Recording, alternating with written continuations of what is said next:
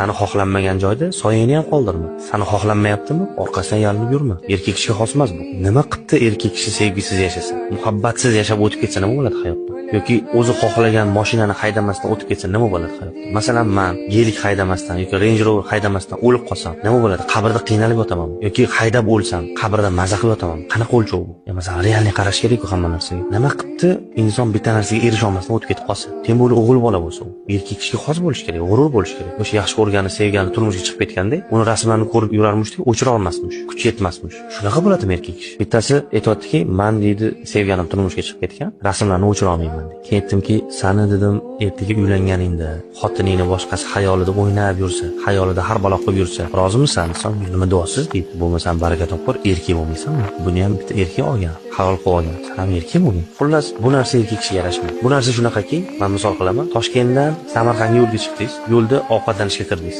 Ovqatingiz yaxshi bo'lmaganligi uchun siqilib qolib ketdingiz o'sha yerda. To'g'rimi shu? Kulgili-a? Inson maqsadi sari yurayotganda yo'l-yo'liki ishlar bor. Shu o'xshamay qolsa hech narsa qilmaydi. Bu maqsaddan chalg'itmaslik kerak inson. Xuddi sevgi, muhabbat, oila, mayda-chuyda muammolar bilan turib qolish o'rnida, mana shunga o'xshaydi. Inson hamma narsadan kecha olish kerak. Inson doim yolg'iz qolishga tayyor turish kerak. Mana bu